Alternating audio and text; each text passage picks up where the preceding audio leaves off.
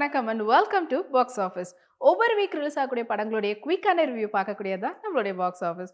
அந்த வகையில் இந்த வீக் ரிலீஸ் ஆகக்கூடிய படங்களுடைய குயிக் ரிவ்யூ பார்க்கலாம் வாங்க. இப்போ நம்மளுடைய பாக்ஸ் ஆஃபீஸில் நம்ம பார்க்க போகிற திரைப்படம் யாவரும் வல்லவரே. ராஜேந்திர சக்கரவர்த்தியுடைய டைரக்ஷனில் யோகி பாபு மற்றும் சமுத்திரகனியுடைய நடிப்பில் ரிலீஸ் ஆகி வெற்றிகரமாக ஓடிட்டு இருக்கக்கூடிய திரைப்படம் தான் யாவரும் வல்லவரே. யாவரும் வல்லவரே படத்தினுடைய டைரக்டர் ராஜேந்திர சக்கரவர்த்தி, படத்தினுடைய மியூசிக் டைரக்டர் ரகுநந்தன், படத்தினுடைய எடிட்டர் ராமாராவ். அண்ட் இந்த திரைப்படத்தில் முக்கியமான கதாபாத்திரத்தில் சமுத்திரகனி அவர்கள், யோகி பாபு, தேவதர்ஷினி, போஸ் வெங்கட், முட்ட ராஜேந்திரன் மற்றும் பலர் நடிச்சிருக்கிறாங்க.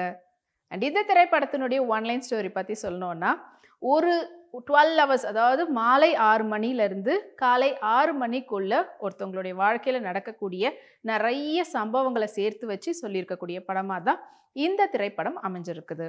அண்ட் இந்த திரைப்படத்தினுடைய கதை ஆல்மோஸ்ட் பார்த்தீங்கன்னா திரைப்படம் முடிவடைந்து ஒரு 2 இயர்ஸ்க்கு மேலே இருந்திருக்குது. அண்ட் ரிலீஸ் பார்த்தீங்கன்னா கொஞ்சம் தாமதமாக தான் விட்டுருக்குறாங்க. அண்ட் இந்த படத்தினுடைய லீட் ரோலில் 2 பேரும் நடிச்சிருக்கிறாங்க, சமுத்திரகனி அவர்களும் மற்றும் யோகி பாபு அவர்களும். அஃப்கோர்ஸ் ஒரு சப்போர்ட்டிங் ரோல்னு சொல்லலாம் யோகி பாபு அவர்களது.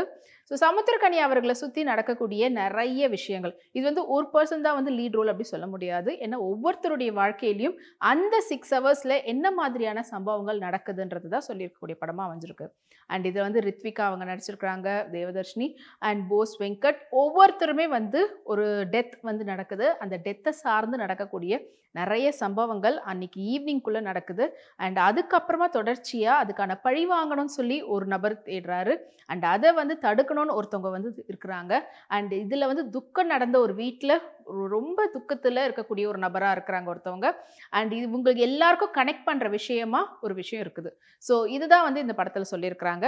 அண்ட் இந்த படத்தினுடைய ஒன்லைன் ஸ்டோரி சொல்லும் போதே தெரியுது, இது ஒன்றுத்துக்கு ஒன்று இன்டர்லிங்க்டாக இருக்கக்கூடிய கதையாக அமைஞ்சிருக்குதுன்ட்டு.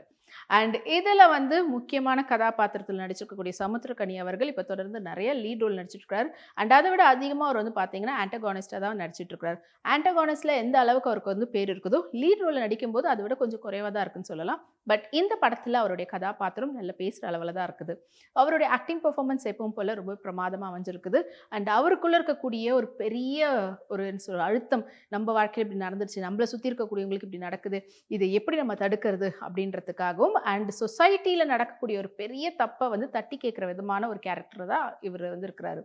ஸோ ஒரு நாள் மாலை 6 மணிக்கு ஒருத்தவங்களுடைய லைஃப்பில் ஒரு சம்பவம் ஏற்படுது. அதை தொடர்ந்து அடுத்த கட்டத்துக்கு அப்படியே நகர்றாங்க.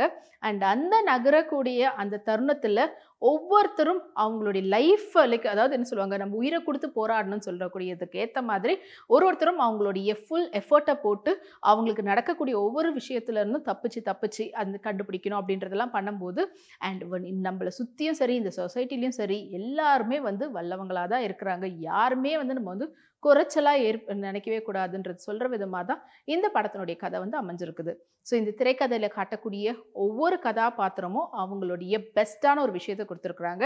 அண்ட் இதில் இந்த கேரக்டர் பெஸ்ட்டு, இந்த கேரக்டர் வீக்காக இருக்குது அப்படிலாம் சொல்லவே முடியாது. ஏன்னா ஈக்குவல் இம்பார்ட்டன்ஸ் எல்லாருமே கொடுத்துருக்குறாங்க. அண்ட் இந்த திரைப்படத்தில் ஆஸ் யூஷுவல் யோகி பாபு அவர்கள் வரக்கூடிய நிறைய காட்சிகள் நம்மள சிரிப்பு வர வைக்குது. அதே சமயத்தில் பார்த்தீங்கன்னா இந்த படத்தில் தேவதர்ஷினியாக இருக்கட்டும், இல்லைன்னா போஸ் வெங்கட்டாக இருக்கட்டும், அதே போல் ரித்விகாவாக இருக்கட்டும், ஒவ்வொரு கேரக்டருமே ஆன் ஸ்க்ரீனில் கொஞ்ச நேரம் வந்தாலும் அவங்களுடைய அந்த ஆக்டிங் பெர்ஃபார்மன்ஸ் ஒரு பெரிய தாக்கத்தை ஏற்படுத்தியிருக்குது. அண்ட் இந்த படத்துக்கு ரகுநந்தன் அவர்களுடைய இசை ஒரு பெரிய பக்கபலமாக அமைஞ்சிருக்குது. அண்ட் இந்த திரைப்படத்தை இந்த வீக்கெண்ட் தியேட்டரில் போய் பார்த்து என்ஜாய் பண்ணுங்க.